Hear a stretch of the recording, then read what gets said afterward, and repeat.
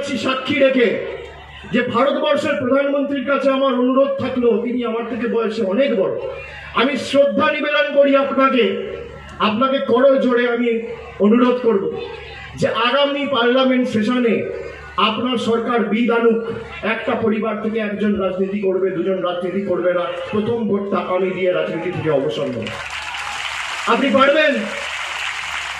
আপনি পারবেন? একদিকে মুকুল রায়কে দাঁড় করিয়েছে আর একদিকে তার ছেলেকে দাঁড় করিয়েছে। একদিকে অর্জুন সিং সাংসদ তার ছেলেকে বিধায়ক করেছে, কৈলাস বিজয়বর্গীয়কে বাংলা পার্টি এসে দখল করতে তার ছেলেকে মধ্যপ্রদেশের বিধায়ক করেছে।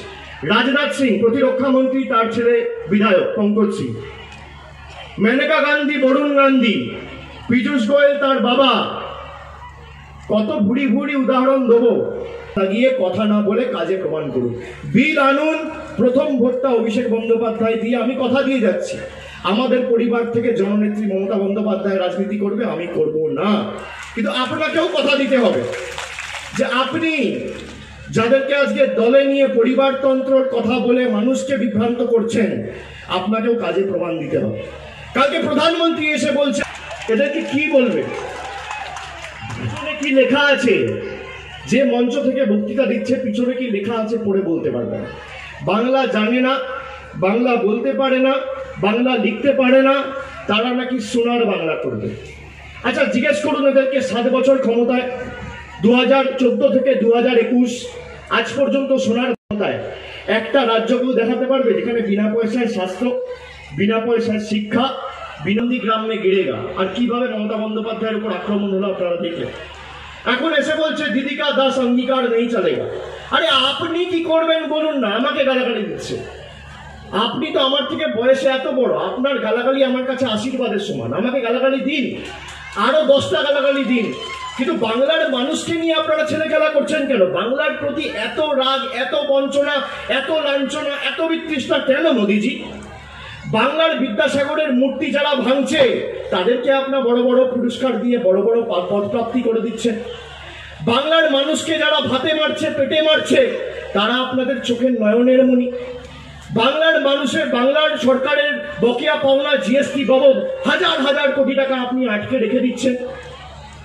বাংলার মানুষকে যারা অন্য রাজ্যে কাজ করে তাদের জন্য আপনারা ট্রেন দিচ্ছিলেন না, মমতা বন্দ্যোপাধ্যায় ট্রেন করে নিয়ে এসছে। এত রাগ কেন বাংলার মানুষের উপর? আপনি আমাকে আরো 10টা গালাগালি দিন, আমার কিছু যায় আসে না। আপনি তো আমার থেকে বয়সে এত বড়, আমি আপনার গালাগালি আশীর্বাদ হিসেবে নেব। বিশ্বাসঘাতকরা আসছে না, এসে বলছে মোদিজি চাল পাঠাচ্ছে, মোদিজি গম পাঠাচ্ছে। 75,000 কোটি টাকা বাংলার বুক থেকে প্রতি বছর কেটে নিয়ে যাচ্ছে।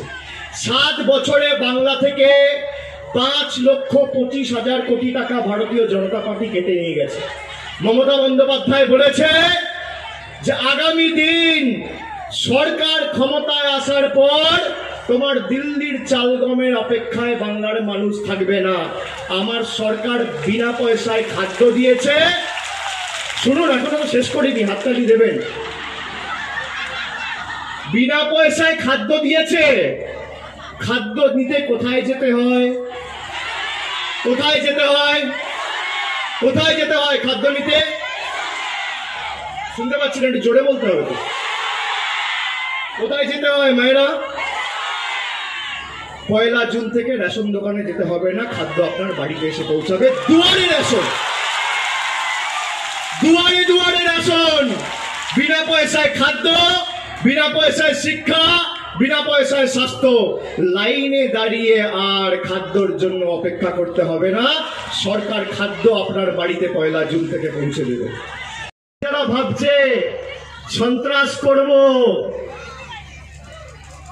মানুষকে ধমকে চমকে ভোট নেব, আমি এক কথার ছেলে, লড়াইয়ের ময়দান থেকে অভিষেক ব্যানার্জি পালাইনি, কোনোদিন পালাবে না। আমি 1 এপ্রিল কোন কর্মসূচি রাখিনি, আমি আপনাদের বলে যাচ্ছি। কলকাতা থেকে হেলিকপ্টারে আসতে আমার 15 মিনিট লাগে। আপনারা সন্ত্রাস রুখে গণতান্ত্রিক ভাবে ভোট দেবেন, কারণ লাল চোখের কাছে আত্মসমর্পণ করবেন না। মা বোনেরা হাতে যা পাবেন, খুন্তি, ঠিক বলছি তো? খুন্তি, ওদিকে রুটির বেলুনি, এদিকে ভাইয়েরা ঝাঁটা লাঠি যা পাবে গণতান্ত্রিক ভাবে এদের সন্ত্রাসের প্রতিরোধ করো। দরকার হলে যে জিপিতে এরা সন্ত্রাস করবে আমি নিজে তোমাদের সাথে মাঠে দাঁড়িয়ে থাকবো আগামী দিনে, কথা দিয়ে যাচ্ছি।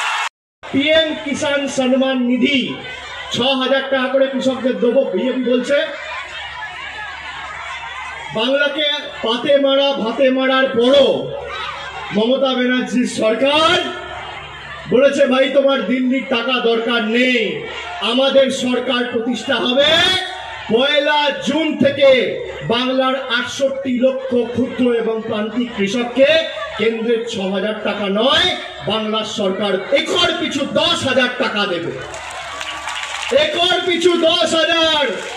একদিকে ভারতবর্ষের প্রধানমন্ত্রী বিজেপি নেতা ১৫০০ কোটি টাকার পার্টি অফিস, ৬ কোটি টাকার গাড়ি চড়ে আর কৃষকদের ৬,০০০ দেয়, আর একদিকে বাংলার মেয়ে টালির ছাদের ঘরের তলায় থাকে, হাওয়াই চপ্পল পরে আর কৃষকদের ১০,০০০ টাকা দেয়।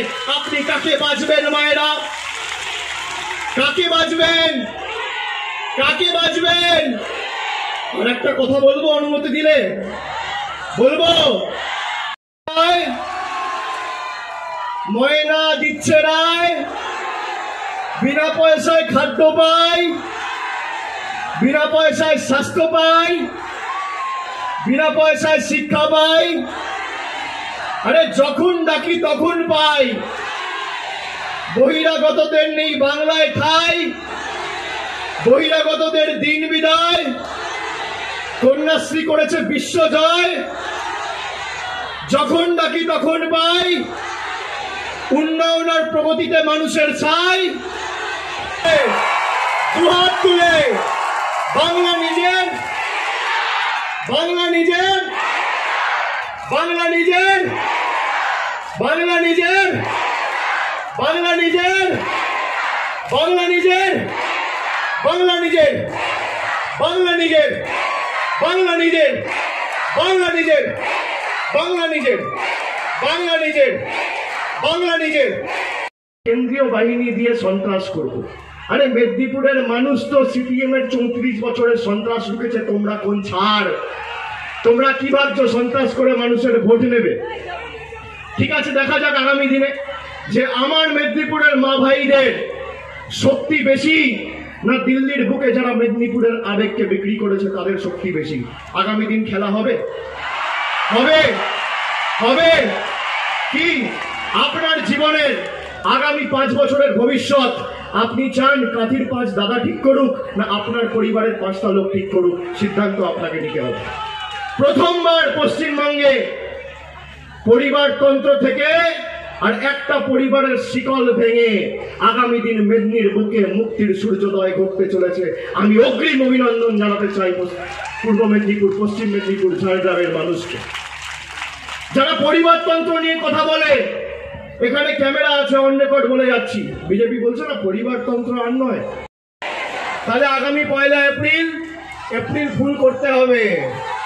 যখন ভোট বাক্স খুলবে পদ্ম ফুল দেখুন, যেন চোখে সর্ষে ফুল দেখে। ঠিক আছে, আপনাদের সকলকে ধন্যবাদ নিয়ে আর লড়াইয়ের ময়দান ছেড়ে 1 ইঞ্চি কেউ যাবেন না। সন্ত্রাস রুখতে হবে, গণতান্ত্রিক ভাবে ভোট হবে। নিচ্ছি মমতা ব্যানার্জির প্রার্থী, বাংলার প্রার্থী, মেদিনীপুরের প্রার্থী, ময়নার প্রার্থী ডক্টর সংগ্রাম দলুইকে আপনারা ঘাসের উপর জোড়া ফুল চিহ্নে ভোট দিয়ে বিপুল ভোটে জয়যুক্ত করবেন। এই আশা রেখে, এই আকাঙ্ক্ষা রেখে আপনাদের সকলকে আরেকবার ধন্যবাদ, প্রণাম।